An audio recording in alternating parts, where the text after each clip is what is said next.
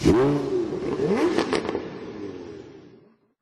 day, another Audi. It's a hard life, I know. Gone is the low-slung TT sports car I evaluated last week, swapped out for something with more doors, ground clearance, and perhaps even reasons to buy. Welcome back to Curbed.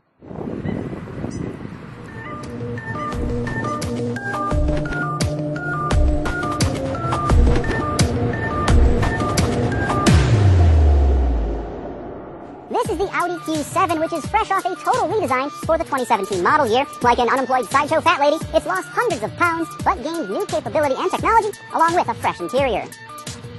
Of course, this luxury utility vehicle was also restyled on the outside. Reactionary conservatism must have been the design theme because, like a big bank's boardroom, it is all business, and it's especially somber with that gray paint job, which they charge you extra for. Similarly, inside this particular Q7, there are fewer smiles than at a Puritan's wake. Just look around. The interior is darker than the bottom of a coal mine during a midnight power outage on the winter solstice.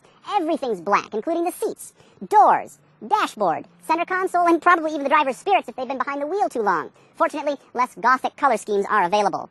Now, this is not to say that the Q7's cabin is an unpleasant place. The materials are absolutely luxuriant, and there's plenty of comfort to go around. The second row is unexpectedly spacious for adult passengers with ample knee room and an elevated cushion height. Additionally, the aftmost seats power fold, though they're still inhospitable to all but the smallest of kitties, so don't even try to crawl back there unless you really want to rupture a disc. There's also plenty of cargo space with the back rows folded, nearly 72 cubic feet in fact, but what's most interesting in here is right up front. This is an optional 12.3-inch digital instrument cluster, something I raved about in the TT. It's an amazing piece of tech that's both powerful and easy to use. In the Q7, you also get the latest MMI interface with a huge trackpad, and it's augmented with handwriting recognition, multi-touch gesture capability, and even built-in radio preset buttons. As for mechanical bits, the only engine offered here is a 3-liter supercharged gasoline V6, and for the time being, a diesel is not available. So don't ask. There's nothing to talk about. Okay. Nope. Still, this spark ignition unit is a work of art. Smooth, responsive, and efficient. The horsepower measures 3 for ICE, along with 325 pound-feet of torque. Fuel economy is 19 miles per gallon city, 25 highway, and 21 combined. And my only real complaint here is that the supercharger is just too quiet.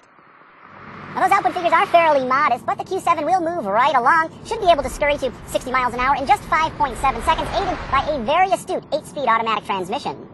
And man, this gearbox is good. Imperceptibly smooth, quick to react, and always in the right ratio. I swear it's got artificial intelligence. The rest of the Q7 is pretty seamless as well, and there's an eerie lack of NVH coming from either the drivetrain or body. It is really quiet in here, and overall this vehicle is smoother than a whole bottle of lotion, though it's not going to leave you feeling as greasy, and that's a plus. Audi's Quattro all-wheel drive is standard, and it includes a locking center differential, something that should make the Q7 capable both on-road and off. Despite weighing some 4,900 pounds, this beast is extremely nimble, and its chassis almost feels playful, like it's going to rotate if you push it hard enough, and that's pretty amazing for an SUV of this size. The Q7 is loaded with advanced automotive technology, as you might expect, things like adaptive cruise control and even low-speed pedestrian detection, but in some areas I think this vehicle might be a little bit too far ahead. The shifter, for instance, is maddening. I mean, why is it electronic? It tilts and rocks like some sort of gaming joystick. Mechanical gear selectors have worked just fine for decades. Why do we need this complexity? Everything does not have to be electronic. Also, the lane keep assist in this vehicle is one of the most obtrusive I've ever experienced. It's constantly making course corrections, even as you're driving right down the center of a lane. It's very annoying. Fortunately, though, you can turn it off at the push of a button. Goodbye! We're all set now. Now, let's talk pricing. The 2017 Audi Q7 starts at about $55,000, but this particular model was optioned up to nearly $69,000. The Premium Plus driver assistance and warm weather packages, among others, helped up the ante, but still, it's only sort of a mid-range model because if you check every box on the order sheet, you can push a Q7 well into the 80s.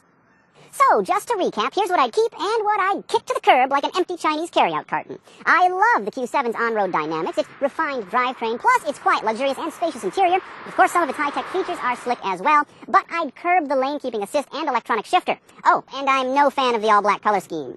Now I think I need some antidepressants. So there you go, that's a look at the 2017 Audi Q7. It should be a strong contender in the luxury SUV segment thanks to its refinement, dynamite dynamics, and of course, Quattro confidence.